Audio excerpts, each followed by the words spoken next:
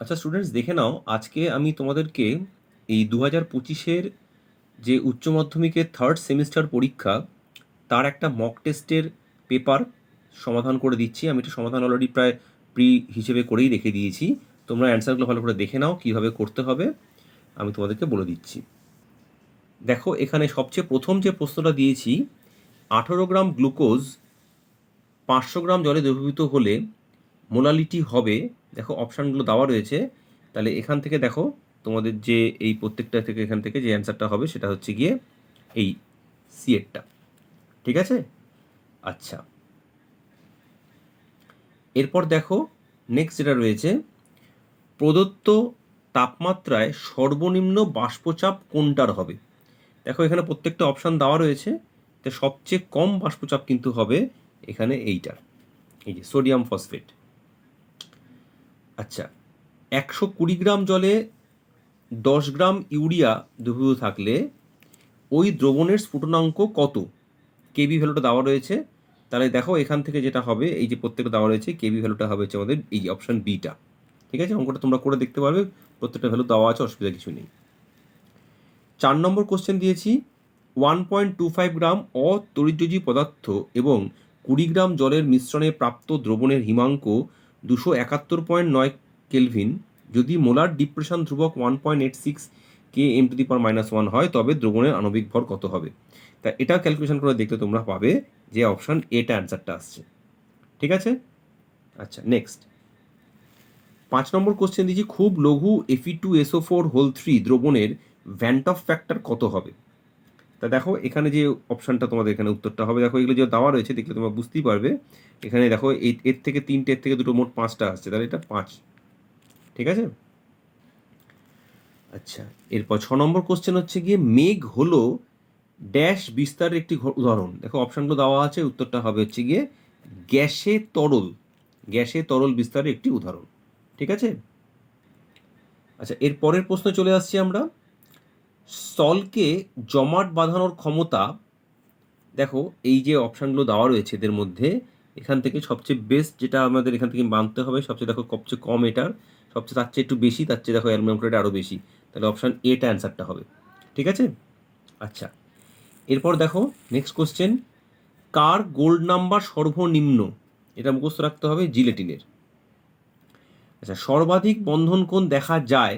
দেখো এই যে অপশানগুলো দেওয়া রয়েছে এখানে, দেখো স্টিবাইন, আর্সাইন, ফসফিন, বিসমুথিন দেওয়া রয়েছে, এখানে অপশানটা হবে ফসফিন। হোম সিগন্যালে ফসফরাস ঘটিত যে যৌগটি উৎপন্ন হয়, দেখো হোম সিগন্যাল কিন্তু অ্যাকচুয়ালি ফসফিন থেকে প্রথমে আসে, তারপরে অ্যাকচুয়ালি ফসফিনের যে P2H4-এ কনভার্ট হওয়ার পর ওই আগুনটা জ্বলে, অ্যান্সারটা কিন্তু ফসফিনই হবে। এটা অনেকে ভুল করে P2H4 লিখে ফেলে, এই কোশ্চেনটা খুব ইম্পর্টেন্ট এই জন্য।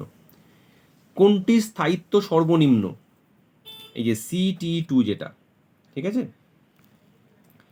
আচ্ছা, 12 নম্বর কোশ্চেন দিয়েছে এখানে, নিচের কোন সালফারের অক্সো অ্যাসিডে এই যে O ড্যাশ বন্ধনটা আছে। ঠিক আছে?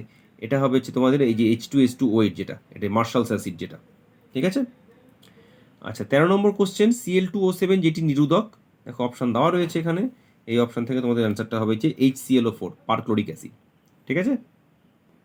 আচ্ছা, এরপর 14 নম্বর কোশ্চেন দেখো, এখানে দেওয়া আছে যে অ্যাসিড মাত্রার সঠিক ক্রম, এই অ্যাসিডিক নেচারের সঠিক ক্রমটা হবে, দেখো এই যে সিটা, পারক্লোরিক অ্যাসিড সবচেয়ে বেশি অ্যাসিডিক, তারপরে যে ক্লোরাস অ্যাসিড, তারপর হচ্ছে পারক্লোরাস ক্লোরাস, তারপর ক্লোরিক ক্লোরাস, তারপর হচ্ছে কি হাইপোক্লোরাস, তাই তো? আচ্ছা, 15 নম্বর কোশ্চেন দিচ্ছে, নিচের কোনটির আন্তঃহ্যালোজেন যৌগটি পাওয়া যায় না। দেখো এই যে অপশনগুলো দেওয়া আছে, ওখানে আন্তঃহ্যালোজেন যৌগ পাওয়া যায় না হচ্ছে FCl3, কারণ F ছোট, 3টে সিএল খুব বড় হয়, এখানে হতে পারে না। 16 নম্বর কোশ্চেন দিয়েছি, XeO2F2 যৌগে এক্সি সংকরণ অবস্থা কি হবে, এটা sp3d অবস্থায় আছে। সোয়ার্টস বিক্রিয়ায় ব্যবহৃত বিকারক, এই যে অপশনগুলো দেওয়া রয়েছে দেখো খেয়াল করো, এখানে এই Hg2F2টা হবে সোয়ার্টসে। আচ্ছা, 18 নম্বর কোশ্চেন, CH3Br এ KCN, তারপর H3 পজিটিভ LiBH দিলে KCN দিলে কি হবে, CH3CN, H3 পজিটিভ CH3COOH, তারপর CH3COOHটা LiBH, COOHটা হয়ে যাবে CH2OH, CH3CH2OH, অর্থাৎ ইথাইল অ্যালকোহলটা।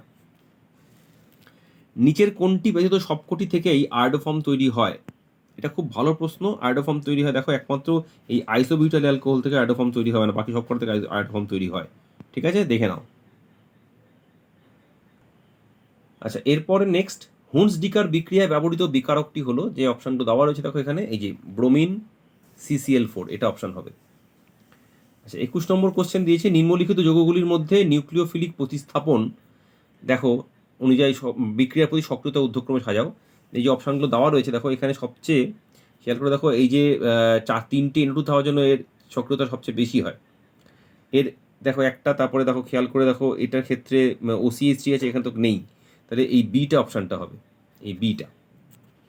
4 3 2 1। আচ্ছা, 22 নম্বর কোশ্চেন দিয়েছে 2-ফিনাইল প্রোপিনকে অ্যাসিডের উপস্থিতিতে হাইড্রেশন করলে উৎপন্ন হবে 2-ফিনাইল প্রোপিন। তাহলে এই ক্ষেত্রে তোমার এখানে যেটা উৎপন্ন হবে সেটা হচ্ছে যে 2-ফিনাইল 2-প্রোপানল। আচ্ছা, 23 নম্বর কোশ্চেন ROH জিঙ্ক ক্লোরাইড দিয়ে HCl দিয়ে এটা পাঠালে, এই যেটা লুকাস বিকারক, তাই তো, অ্যালকোহলের সক্রিয়তাটা, তাহলে এখানে এই 3 নম্বরটা সবচেয়ে বেশি, তারপর 2, তারপর 1। আচ্ছা, 24 নম্বর কোশ্চেন ফেনলে NaOH carbon dioxide H3O positive, তারপর দেখো ওই যে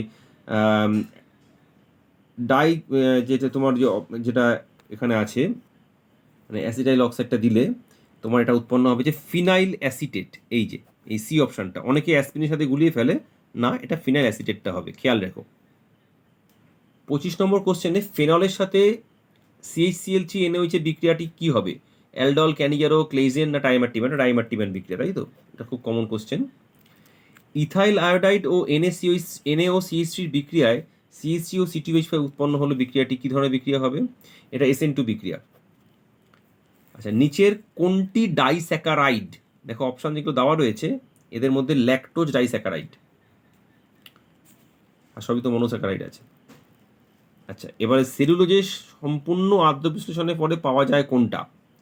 এখানে যেটা দেওয়া রয়েছে দেখো এদের মধ্যে এই যে ডি গ্লুকোজটা পাওয়া যাবে। কোন অ্যামাইনো অ্যাসিড আলোক সক্রিয় নয়? এটা খুব ভালো প্রশ্ন। এদের মধ্যে এখানে গ্লাইসিন আলোক সক্রিয় নয়। আচ্ছা, 30 নম্বর কোশ্চেন ডিএনএ বিশৃঙ্খলে গঠনে সর্বদা হবে কোনটা? দেখো এই যে অপশানগুলো দেওয়া রয়েছে, কোনো টি নয় আছে, তাও তো A+G অলওয়েজ T+Cর সাথে সমান হয়, অর্থাৎ অ্যাডনিন আর গুয়ানিনের যোগফল থাইমিন আর সাইটোসিনের যোগফলের সাথে সমান হবে। দেখো 31 নম্বর কোশ্চেন, এটা স্তম্ভ মেলানো ব্যাপার আছে, এদিকে নিউক্লিওসাইড, নিউক্লিওটাইড, ডিএনএ, আরএনএ, এদিকে সুগার বেস, ফসফেট গ্রুপ, সাইটোসিল, uracil, sugar base, cytosine, thymine, এসব দেওয়া রয়েছে। তাহলে মেলাতে গেলে তোমাকে এখানে একটা খুব সুন্দর স্টাডি করতে হবে একটা জিনিস, দেখো খেয়াল করে দেখো এখানে এই যে এ, তার সঙ্গে সুগার বেসটা মিলছে, নিউক্লিওসাইডের সাথে সুগার বেস, তাই না?